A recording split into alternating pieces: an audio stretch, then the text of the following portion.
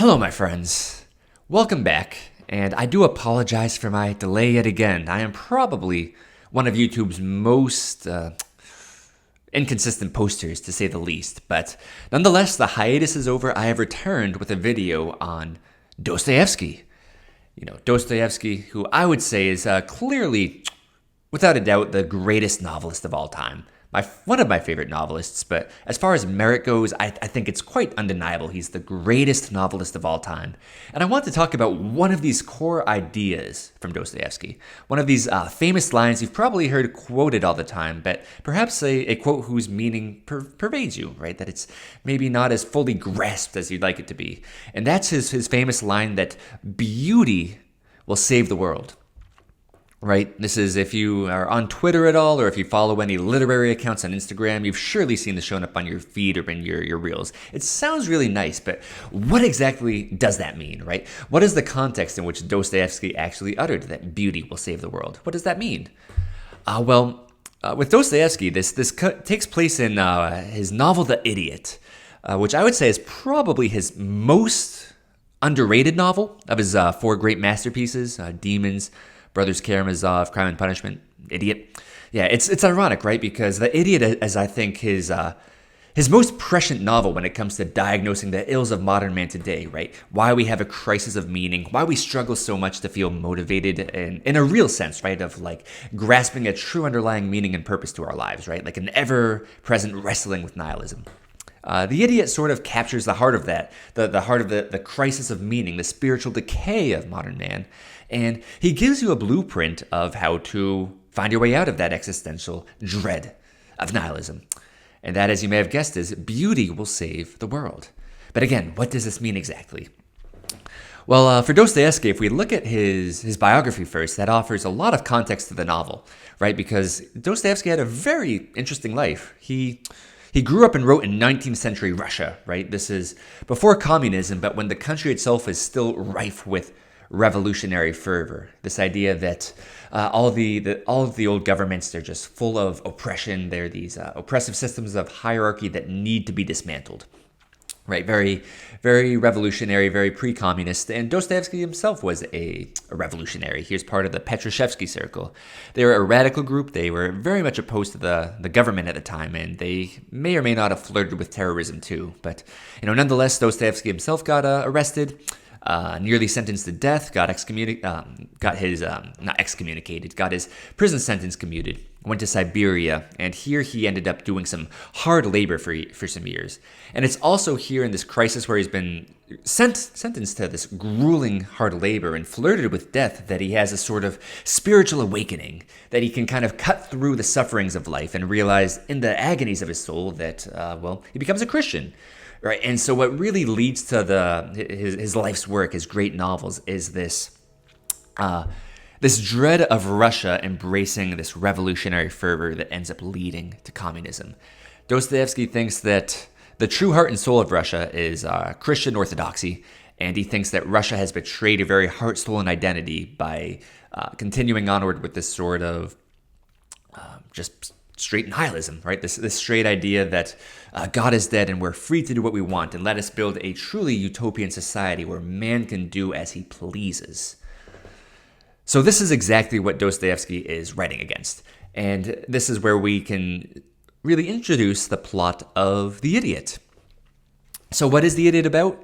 It's basically the idea that goodness itself, goodness in the classical Christian sense, is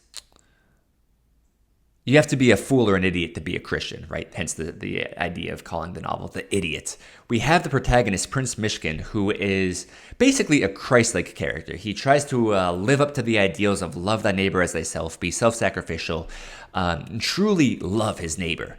But he's also very sickly, and he's living in a 19th century Russia that's very hardened and secular and cynical, right? This is a city in a country that is filled with broken souls. And so these cynical modern types, whenever they see Prince Mishkin, I can think of Nastasia and Rogozin, who are two of the main side protagonists, a love interest and a friend/rival. These side characters and Russian society as a whole, they sort of hate Mishkin, right? They're sort of repulsed by him. They're like, you're such a fool to be like so kind-hearted and naive and to believe in these old ideas of truth and beauty and goodness. Why would you even waste your time being kind to everyone, right? This world is cruel and hard and broken, and it's going to stab you in its back. And these characters have good reasons to believe so, right? Nastasia, who's Mishkin's love interest, she's this broken-hearted woman, right? She was sexually abused as a kid by a benefactor who should have been taking care of her. And she has this very sort of like self-destructive sense of self, right? That she's beautiful and she knows it, but she uses her beauty for self-destructive purposes to manipulate man and herself because she just thinks she's not worthy of love and that love doesn't even exist.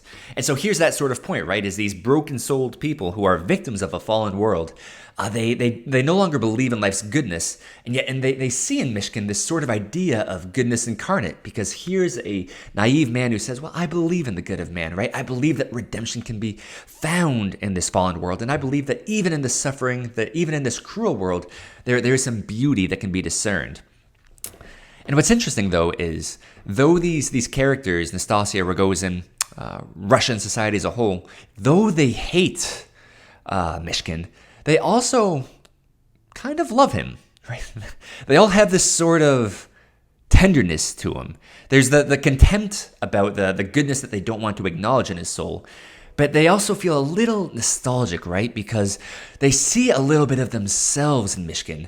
They see in his innocence, and like, don't get me wrong, Mishkin is effectively an idiot, right? He is naive, and he gets trampled by everyone he comes across, right? So that it's not that this is just about some cynical, stupid people. Like these Russians, if nothing else, they are, in their cynicism, they know how to defend themselves, right? They're not going to let the world get one up over on them. But still, even in this naivete that they have contempt for, they see in Mishkin a tenderness that they can't help but feel beautiful over, right? Like Rogozin, who has this like crippling love for Nastasia, he looks at every man as a sort of enemy. And he sees Mishkin as an enemy, and he has a murderous hatred for Mishkin because he really wants Nastasia for himself. But at the same time, whenever he sees Mishkin, he's like, but man, he's just so pitiful. Like, I almost can't help but, like, feel tender around him. Nastasia the same way. As much as she loves to bully Mishkin, she can't help but feel this love for him. She even is, as the story progresses, debates, maybe I'll even marry this man. Maybe he's worthy of love. Maybe I'm worthy of love. And in these characters, Nastasia, Rogozin, the rest of Russia, when they see this idiot, this complete naive fool who still is crazy enough to aspire to this sort of selfless love, to aspire to a life grounded in truth, beauty, goodness, and charity, they can't help but realize that tender aspect of their own fallen innocence is still alive and well in them, right? That these are still holomorphic beings, right? Like mind, body, and soul composites. And in their soul, they feel their hearts sort of break and kind of just tear open, right? Like they're almost like, oh man, I can't help but love this beautiful idiot fool named Mishkin. Nonetheless, this isn't a happy novel by any means, right? Mishkin himself, he's not able to save the world, right? Like he's a Christ-like figure, but he's not Christ, right? So he can't bring redemption to a fallen world, and ultimately the world sort of breaks him apart one by one by one, that he has his own sort of breakdown, right? It's the idea of the sheep or the lamb amongst wolves, right? They just completely tear and destroy the soul of this innocent young man, Mishkin. And so that still leaves us to ask then, well, if this is a depressing novel where even a character who tries to aspire to a Christ-like purity, even if that's not enough to, have a good life, then where exactly is the meaning of the story, right? What is this idea that beauty will save the world? Well, this line, beauty will save the world, that gets uttered by Mishkin. And he effectively is a mouthpiece for Dostoevsky here, because you're wondering, well, if beauty is to save the world, beauty is, of course, connected to the other transcendentals of classical antiquity, truth and goodness, right? But Dostoevsky was particularly big on beauty as having a salvation effect, because what he realized in 19th century Russia that was increasingly overrun with nihilism, right, which effectively denies truth and meaning, and by extension, goodness. It's like, well, you can argue truth with a nihilist all day, but you won't actually get anywhere, right? Because they don't agree with your fundamental principles. Same thing with goodness. It's like, oh, good and evil, that's all relative. You can't get any ground in dialectics. You can't argue with them. But beauty, as we saw through Mishkin, that kind of cuts right to the soul, right? You can't argue with the beauty of a sunset. You can't argue with the grace when someone does something completely kind and charitable, like just giving you a gift or giving you a nice compliment for nothing, right?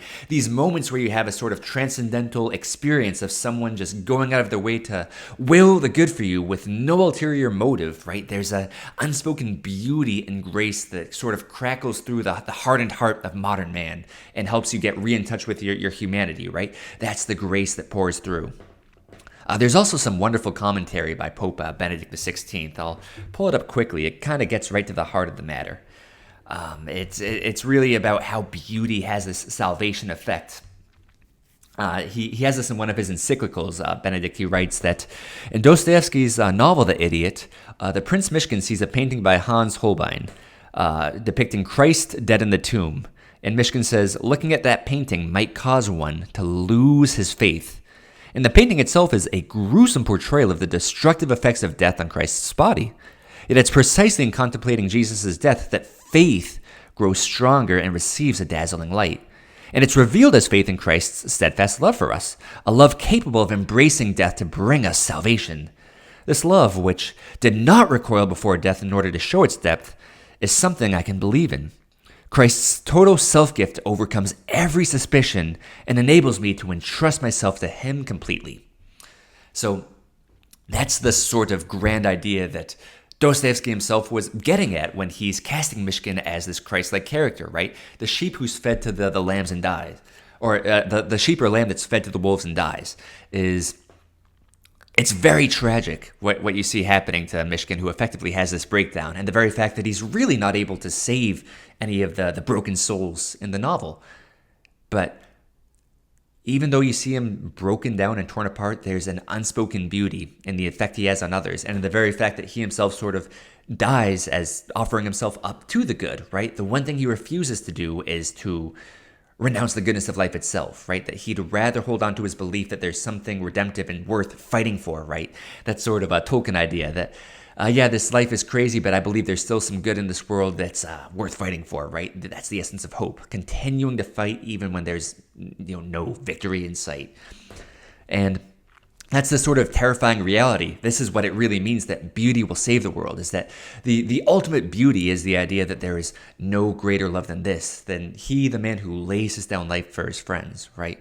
And so Mishkin truly represents the ultimate beauty that will save the world by the very terrifying reality that he's someone who's willing to die out of a love for his neighbor and out of a love for the existence of the true, good, and beautiful, right? That's the greatest essence of beauty that there is the self-sacrificial man who makes his entire being a gift of self unto the other.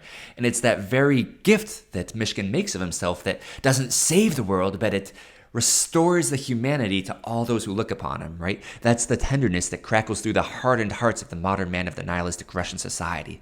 This is what it means. Beauty will save the world. You lay down your life for your friends, and there's effectively a grace sort of pours through your own heart onto them that, you can't argue with beauty. That's what Dostoevsky wants us to remember above all else, that when you truly aim at the highest good and lay down life for that good, there's a beauty that emanates through your soul that no honest man can argue with.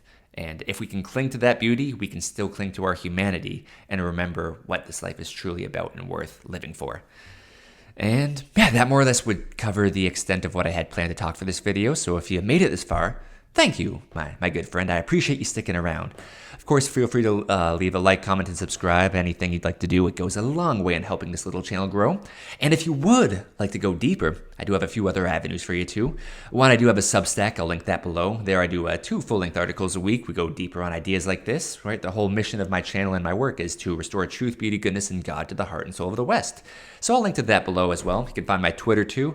And if you are a Christian man who's looking to get in touch with your faith and your fitness, I am a personal trainer, so looking to drop a couple of pounds, 20, 30 pounds in a few months, more than happy to help you with that. You can, I'll leave a link to that as well. You can reach out if you're interested.